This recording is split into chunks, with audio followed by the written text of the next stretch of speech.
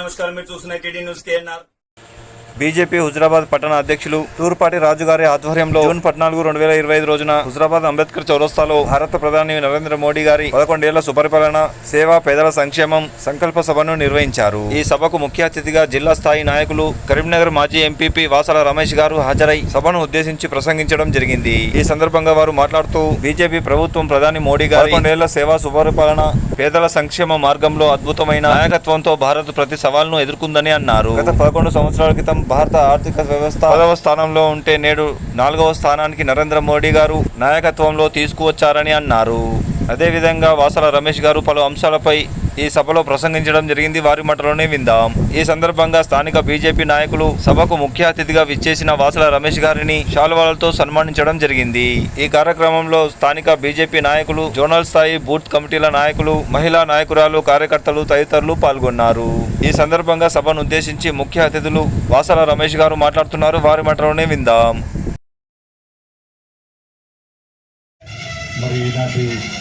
హుజరాబాద్ పట్టణంలో జరుగుతున్నటువంటి వికసిత్ భారతీయ జనతా పార్టీ సంకల్ప అధ్యక్షత వహిస్తున్నటువంటి స్థానిక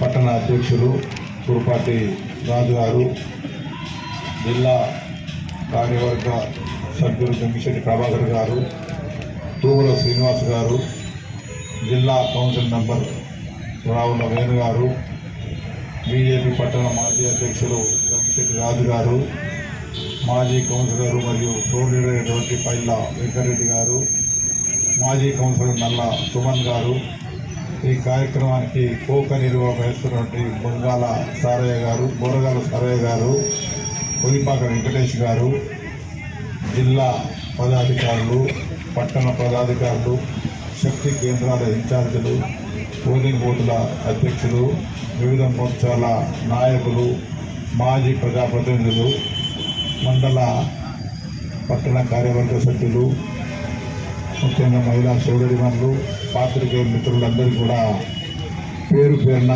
నమస్కారం తెలియజేస్తూ, మరి ఈరోజు నరేంద్ర మోడీ గారు పరిపాలన సాగిస్తూ 11 సంవత్సరాల తన పదవీ కాలం పూర్తి చేసుకున్న సందర్భంగా వరుసగా వారు 3వసారి ప్రధానమంత్రిగా ఈ దేశానికి బాధ్యతలు తీసుకొని 11 సంవత్సరాల సుపరిపాలన అందించి, మరి గతంలో ఉన్నటువంటి ఇతర పార్టీలు, కాంగ్రెస్ కావచ్చు, ఇతర పార్టీలు కావచ్చు, ఈ దేశాన్ని పరిపాలించినప్పుడు ఏ రకమైన పరిపాలన జరిగింది, ప్రస్తుతం ఉన్న పరిపాలన ఏ రకంగా జరిగింది, ప్రజలు చేసుకుంటా ఉన్నారు. దానికి ఉదాహరణనే మరి 3వసారి వారు ప్రధానమంత్రిగా మళ్ళీ అధికారంలోకి రావడం, ప్రజల యొక్క అభిమానాన్ని చూడగొనడం అనే విషయాన్ని మనందరం దేశ ప్రజలతో సహా తెలుసుకుంటా ఉన్నాము. నరేంద్ర మోడీ గారు అంటేనే ఎవరికి తెలియని విషయం, చిన్న పిల్ల పాపల నుంచి వృద్ధుల వరకు కూడా అందరూ కూడా ప్రతి ఒక్కరు గతంలో దేశ ప్రధాని అంటే కొంతమందికి తెలిసేది, కానీ ఇప్పుడు నరేంద్ర మోడీ గారు వ్యవహరిస్తున్న తీరు, నిస్వార్థంగా చేసే పరిపాలన, అవినీతి రహితంగా చేసే పరిపాలన, మరి బంధుప్రీతి లేకుండా చేసే సంక్షేమం అనేది నాయకులకు కాదు, నాయకుల తాబేదారులకు కాదు, నిజమైన లబ్ధిదారులకు సంక్షేమ ఫలాలు అందాలి. ఈ భారతదేశం స్వాతంత్రం వచ్చి 70 సంవత్సరాలు పైగా గడిచినప్పటికీ ఇంకా అనేక రుగ్మతలతోటి, పేదరికంతో, నిరక్షరాస్యతతో, ఇంకా నిరుద్యోగంతో, టెర్రరిజంతో, తీవ్రవాదంతో, ఇలా రకరకాల సమస్యలతోటి పనులు లేకుండా సతమతమైపోయి మరి అశాంతి నెలకొంటున్న తరుణం లోపల దీన్ని రూపుమాపాలనే ఒక దృఢమైన సంకల్పంతో మరి వారు నిస్వార్థంగా 24 గంటలు ఈ భారతదేశాన్ని ప్రపంచ పటంలో అగ్రస్థానాన్ని నిలపాలని, విశ్వగురువు కింద దీన్ని తీసుకుపోవాలని ఒక మంచి సంకల్పంతో వారు ఈ పరిపాలన సాగిస్తూ ఉన్న విషయము మనందరికీ కూడా తెలుసు.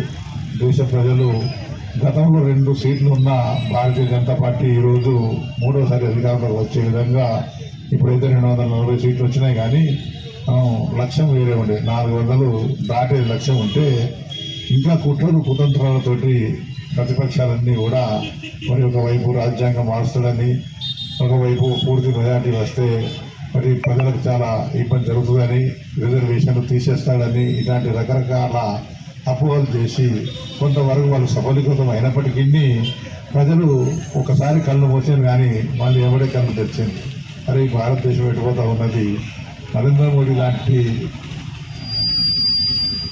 ఉన్నతమైన వ్యక్తిత్వం గల నాయకుడిని మనం ఎన్నుకుంటామంటే మరి ఎవరికి తెలియకుండా కొన్ని ప్రాంతాలలో అపవాదులు వాళ్ళు సృష్టించి మరి ఆయన అధికారంలోకి తీసేయాలనే సంకల్పంతో విదేశీ శక్తులతో కుమ్మక్కైపోయి విదేశీ ధనాన్ని కూడగట్టుకొని ఢిల్లీ లాంటి ఢిల్లీ ముఖ్యమంత్రి కేజ్రీవాల్ లాంటి వాళ్ళు, తర్వాత మహారాష్ట్రలో మరి ఈ ఏదైతే భారతీయ జనతా పార్టీ గతంలో అనుబంధంగా ఉన్న మరి మన ఈ శరద్ పవార్ లాంటి వాళ్ళు కానీ, లేకుంటే ఇంకా ఈ మన ఏం పార్టీ ఏంటంటే బీజేపీకి అనుబంధంగా ఉన్నది మన మహారాష్ట్రలో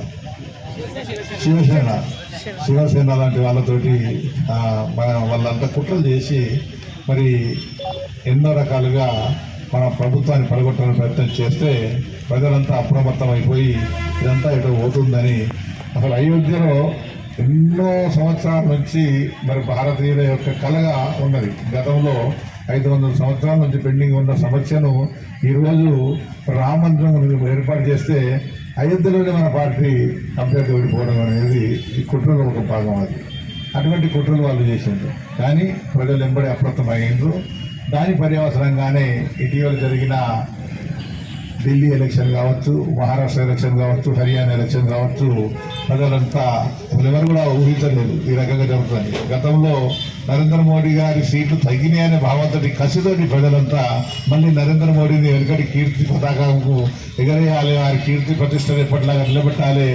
ప్రపంచ పటం లోపల ఈరోజు భారతదేశంలో ఏ ప్రధానమంత్రి కూడా అంతకుముందు పోతే వేరే దేశాలలో కనీసం పలకరించకపోయేది, ఎదురుగా వచ్చి మాట్లాడకపోయేది, కనీసం మర్యాద గౌరవాలు లేకపోయేది. కానీ ఈరోజు నరేంద్ర మోడీ గారు ఇతర దేశాలకు, అమెరికా లాంటి, రష్యా లాంటి సంపన్న అగ్రరాజ్యాలకు వెళ్తే దేశాలకు వెళ్తే కూడా వాళ్ళు ఎదురుగా వచ్చి పిలుచుకొని మరి గౌరవించే స్థాయికి మరి మన నాయకుడు వచ్చిందంటే దానికి ఆయన చేసిన కృషి ఎంతో ఉన్నది. ఎంతో సంకల్పంతో ఈ భారతదేశాన్ని ఏ రకంగా అభివృద్ధి చేయాలి, భారతదేశ ప్రజలను ఏ రకంగా పైకి తీసుకుపోవాలి, మరి వారి జీవన విధానాన్ని ఏ రకంగా ఉన్నతంగా తీర్చిదిద్దాలనే ఒక సంకల్పంతో వారు పోతా ఉన్నారు. కాబట్టి అటువంటి సంకల్పాన్ని మనం కూడా ప్రజల దగ్గరికి తీసుకోవాల్సిన అవసరం ఉన్నది. ఇప్పుడు భారతదేశంలో అనేక రాష్ట్రాలలో మనం అధికారంలోకి వచ్చినప్పటికీ మరి మన తెలంగాణ రాష్ట్రంలో మనం అధికారానికి రాలేకపోతా ఉన్నాం. దానికి కారణం ఇక్కడ ప్రాంతీయ పార్టీలు కావచ్చు, తెలంగాణ వాదం కావచ్చు. మరి మొన్నటి వరకు కూడా మనకు పోయిన ఎలక్షన్లో ఒకటినే ఈసారి భారతీయ జనతా పార్టీ వస్తుంది అని అందరూ అనుకున్నారు. కానీ కొంత అంతర్గత సమస్యల వల్ల కాంగ్రెస్ పార్టీకి అధికారం వచ్చి మనం అధికారం కాలేకపోయినాము. దాని పర్యవసనం ఇప్పుడు ప్రజలు అనుభవిస్తూ ఉన్నారు. గతంలో చేసిన టీఆర్ఎస్ పార్టీ కావచ్చు, ఇప్పుడు ప్రస్తుతం పరిపాలిస్తున్న కాంగ్రెస్ పార్టీ కావచ్చు, పరిపాలన ఏ విధంగా ఉన్నది అనేది ప్రజలు బేరీజ్ వేసుకుంటా ఉన్నారు. మనం పొరపాటు చేసినాము. మనం తప్పకుండా నరేంద్ర మోడీ గారి నాయకత్వంలో ఈ దేశం ఎంత ముందుకు పోతా ఉన్నది. మరి వారి నాయకత్వంలో కొనసాగుతున్న భారతీయ జనతా పార్టీ కూడా మరి రాష్ట్రంలో కూడా అధికారంలోకి రావాలి, వస్తేనే కానీ మాకు అభివృద్ధి జరగదు అనే సంకల్పం ఇవాళ ప్రతి ఒక్కరూ తీసుకున్నారు. ఎవరికి వారు సంకల్పం తీసుకొని మరి తప్పకుండా వచ్చే ఎలక్షన్లో మరి భారతీయ జనతా పార్టీని అధికారంలోకి తీసుకురావాలనే సంకల్పం ఉన్నది. అందుకు మనం కూడా కార్యకర్తలుగా మరి ఎంతో కృషి చేయవలసిన అవసరం ఉన్నది. ఊరికని గాలిలో దీపం పెట్టి మన నాయకునికి కీర్తి ప్రతిష్టలు ఉన్నాయి, తప్పకుండా అధికారంలోకి వస్తాయని మనం అనుకుంటే అది మరి మనకి ఇబ్బంది జరుగుతుంది. గతంలో ఏ రకంగా ఇబ్బంది జరిగిందో రేపు కూడా అదే ఇబ్బంది జరిగే అవకాశం ఉంటుంది. కాబట్టి దయచేసి ఈ భారతీయ జనతా పార్టీ హుజరాబాద్ నాయకులందరినీ కూడా కోరేది ఏంటంటే, మనం రాష్ట్రంలో అధికారంలోకి రావడానికి, ప్రజలు మనకు అధికారం ఇవ్వడానికి సంసిద్ధులుగా ఉన్నప్పటికీ మధ్యలో మనము మన ప్రభుత్వం చేసే కార్యక్రమాలు 11 సంవత్సరాలుగా భారతీయ జనతా పార్టీ మరి ప్రజా సంక్షేమం కోసము ఇప్పుడు అనేక పథకాల గురించి చెప్పారు. గ్యాస్ సిలిండర్లు కావచ్చు, మరి మరుగుదొడ్లు కావచ్చు, స్వచ్ఛ భారత్ కావచ్చు, గరీబ్ కళ్యాణ అన్న యోజన కావచ్చు, తర్వాత అటల్ పెన్షన్ యోజన కావచ్చు, ముద్రా లోన్లు కావచ్చు, రకరకాలుగా. ఎందుకంటే చిన్న చిన్న విషయాల్లో ప్రజలకు ఏమైతే అవసరం ఉన్నదో ఆ విషయాలను వాళ్ళు దృష్టి సారించి మరి డైరెక్ట్ బెనిఫిట్ స్కీమ్ ద్వారా డీబీటీ ద్వారా ఏదైతే మరి జన్ధన్ యోజన ఖాతాలు ఏర్పాటు చేసి ప్రజలకు లబ్ధి తీరాలంటే డైరెక్ట్గా వారి ఖాతాలోనే డబ్బులు పడటము. తర్వాత ఉచితంగా దాదాపు 40 రూపాయలకు కేజీ బియ్యం ఉచితంగా ప్రతి మనిషికి 5 కిలోలు గత కొన్ని సంవత్సరాలుగా ఇస్తాను. ముందు కాలంలో కూడా ఇవ్వడానికి అది చాలా గొప్ప విషయం, అందరికీ అన్నం పెట్టే విషయం. అది అటువంటి విషయము మరి మనం ప్రభుత్వం కేంద్ర ప్రభుత్వం ఇస్తుందా, ఈ రాష్ట్ర ప్రభుత్వాలు మేమే ఇస్తున్నామన్న. మీరు చూస్తున్నది టీడీ న్యూస్ కేఎన్ఆర్. ఇది మనందరి ఛానల్. దయచేసి ఈ ఛానల్ను సబ్స్క్రైబ్ చేయండి, షేర్ చేయండి, లైక్ చేయండి. మరిన్ని వార్తలు, వార్తా కథనాలను మీకు అందించడానికి మాకు సహకరించండి. For more videos, for more updates please subscribe TD news KNR. అస్సలాము అలైకుం, నమస్కారం, ధన్యవాదాలు.